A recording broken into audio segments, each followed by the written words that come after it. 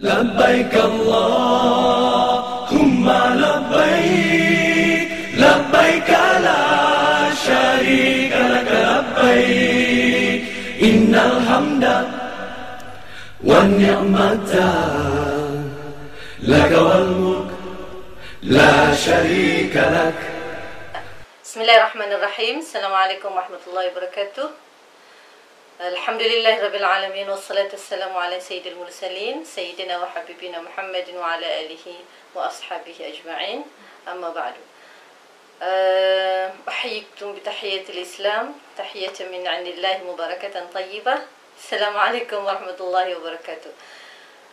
Alhamdulillah, segala puji bagi Allah yang telah memberikan segala nikmat, sama ada yang kita rasa ataupun tidak merasainya, iaitu secara langsung ataupun tidak langsung. Dan sempena menyambut Aidil Adha pada tahun 1434 Hijrah ini, saya mewakili pensyarah-pensyarah di Department Quran dan Sunnah Study ingin mengucapkan selamat menyambut Hari Raya Aidil Adha, kullu amin wa antum bi khair. Dan khususnya kepada pelajar yang berada di Universiti Islam Antarabangsa IIUM, International Islamic University, untuk memberi sedikit ucapan sempena menyambut Aidil Adha dan bagaimana kita nak mengambil pengajaran daripada apa yang berlaku kepada Nabi Ibrahim AS dan isterinya Hajar. Dan kemungkinan dalam masa yang pendek ini kita nak fokus kepada apa yang berlaku kepada Siti Hajar sahaja, iaitu isteri kepada baginda Ibrahim AS, Nabi Ibrahim AS, dan bagaimana kaitannya dengan kita sebagai seorang pelajar, sama ada wanita ataupun lelaki. Walaupun ia merupakan seorang wanita, itu isteri kepada Ibrahim, tetapi pengajaran yang kita boleh ambil bukan hanyalah kepada wanita sahaja, tetapi boleh diteladani juga oleh pihak lelaki. Okey, ada 4 perkara yang sangat pentinglah daripada peristiwa ini. Pertama sekali, saya teringat apabila Nabi Ibrahim AS diperintahkan oleh Allah untuk membawa keluarganya yang pada ketika itu terdiri daripada Siti Hajar dan anaknya Ismail ke bumi Makkah. Dan apabila tiba masa untuk dia meninggalkan mereka di situ, maka dia pun meletakkan mereka dan terus beredar meninggalkan mereka berdua. Cuma sebagai seorang wanita ataupun isteri yang ditinggalkan bersama seorang bayi, maka sememangnya menjadi tanda tanya kenapa mereka berdua itu ditinggalkan di situ. Tetapi kerana melihat Nabi Ibrahim nekat untuk meninggalkan mereka, maka Siti Hajar alaihissalam pun bertanya, adakah ini merupakan arahan Allah?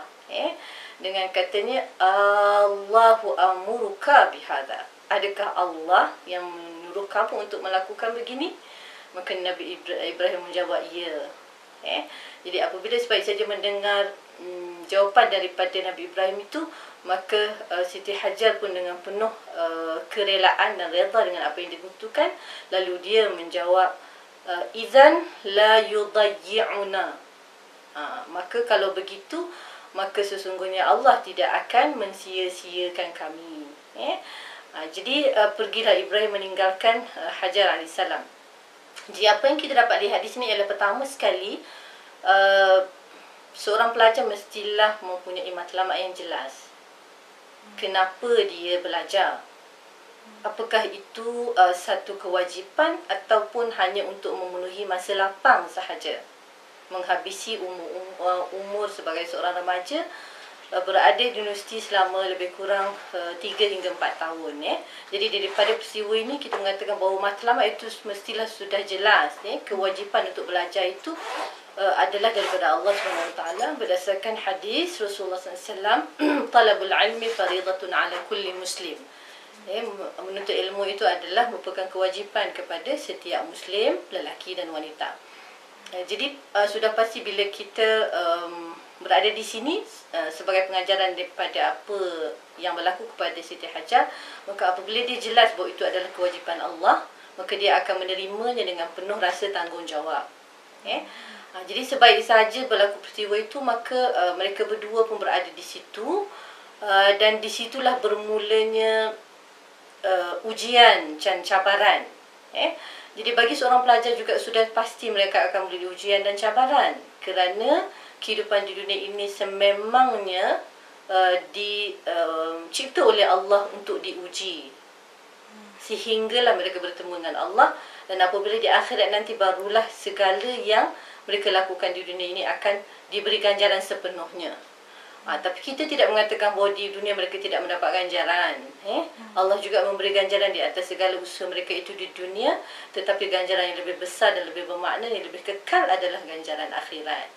Jadi di sinilah kita nampak bagaimana peristiwa Siti Hajar itu, dia yakin kepada Allah dan dia mempunyai kekuatan yang luar biasa untuk berhadapan dengan segala tribulasi dan cabaran, untuk dia dan anaknya bersama-sama di situ tanpa ada orang selain daripada mereka.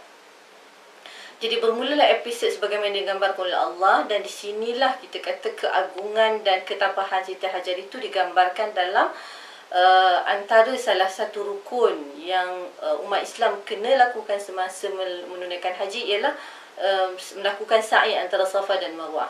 Ini mengambil sempena bagaimana ibu kepada Ismail, iaitu Siti Hajar, berusaha untuk mendapatkan keperluan kepada anaknya. Keperluan anaknya itu minuman, kerana mereka telah kehabisan bekalan minuman yang telah ditinggalkan oleh Ibrahim AS. Jadi kita melihat kesungguhan seorang ibu tanpa merasa penat lelah menunaikan tanggungjawabnya sebagai seorang ibu selagi mana dia berkuasa untuk melakukannya. Jadi begitulah seorang pelajar mengambil sikap yang ditunjukkan oleh Siti Hajar ini dalam mereka menuntut ilmu, mestilah tidak pernah mengaku kalah, sehinggalah mereka menunaikan tanggungjawab itu dengan sebaik-baiknya dengan pertolongan daripada Allah, tetapi dengan syarat mereka berusaha sedaya upaya.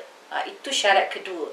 Setelah mereka mempunyai matlamat yang jelas, matlamat yang jelas sahaja tidak cukup sekiranya mereka tidak ada kesungguhan yang bersungguh-sungguh dalam menghadapi cabaran sebagai seorang pelajar, menuntut ilmu yang benar untuk disumbangkan kepada masyarakat, dan lebih-lebih lagi kepada dirinya sendiri, kemudian kepada masyarakat secara umumnya. Okey. Yang ketiga pula, kita melihat bagaimana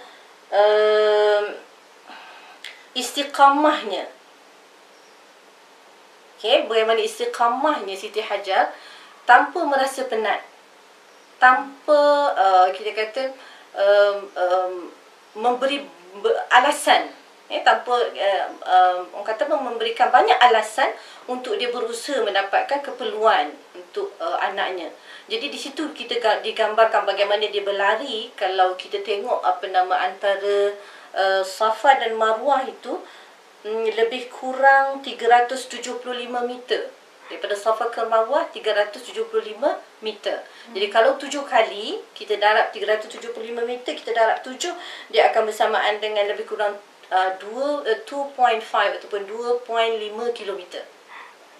Jadi sebagai seorang ibu yang hanya ada berdua saja dengan anaknya, yang kita tengok di situ ialah kesungguhan mestilah digandingkan dengan istiqamah, berterusan, sehinggalah datangnya pertolongan Allah Subhanahu Wa Taala. Walaupun ketika mana dia bersungguh-sungguh itu, dia tidak pasti bilakah akan dapat apa yang dia hajati, tetapi dia tidak pernah kita kata berhenti daripada berusaha, dan itulah yang kita panggil istiqamah. Dan apabila kita beristiqamah, sudah pasti Allah ada di sana untuk menolong mereka yang berhak mendapat pertolongan daripada Allah selepas mereka telah menunjukkan kesungguhan dan istiqamah. Yang terakhir sekali yang kita sebagai seorang pelajar boleh ambil di situ ialah kita kena ambil semua undang-undang sebab dan musabab. Untuk kita berjaya adalah mustahil kalau kita tidak mengambil atau kalau kita tidak ada matlamat yang jelas. Kemudian kita tidak ada kesungguhan dan kita tidak ada istiqamah. Jadi semua ini adalah merupakan undang-undang sebab dan musabab yang Allah jadikan di dunia. Sesiapa yang tidak mengambil prinsip ini, maka sudah pasti dia tidak akan menemui kejayaan dan tidak akan mendapat pertolongan daripada Allah, tidak berhak untuk mendapat pertolongan daripada Allah.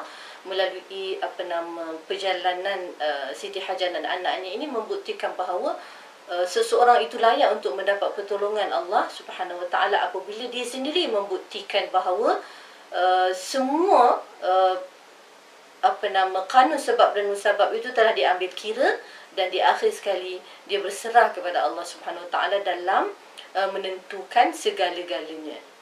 Dan akhir sekali kita katakan bahawa keyakinan dia bahawa segala ketentuan Allah itulah yang terbaik untuk dirinya. Sama ada secara zahirnya ia nampak negatif, tetapi sebenarnya kita kata ia boleh menjadi satu kebaikan sekiranya dia nampak bahawa dia belum lagi layak untuk mendapat kurniaan Allah, kerana belum cukup lagi persediaan-persediaan yang telah dibuat olehnya. Jadi di situlah kita mengambil pengajaran daripada kisah Siti Hajar dan anaknya, dan begitu juga pengorbanan Ibrahim AS. Jadi kebergantungan mereka kepada Allah, keyakinan mereka kepada Allah adalah 100%.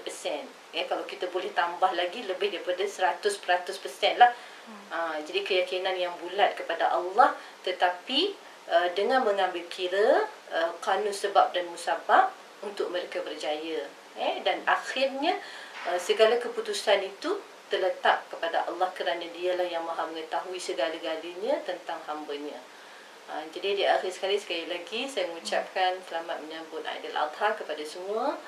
Semoga kita menjadi orang yang beristiqamah di dalam menuntut ilmu, bukan sahaja di peringkat universiti semasa kita berada di sini, tetapi walau di mana sahaja kita berada, kita adalah sepanjang masa sebagai seorang penuntut ilmu sampailah kita kembali kepada Allah Subhanahu Wa Taala.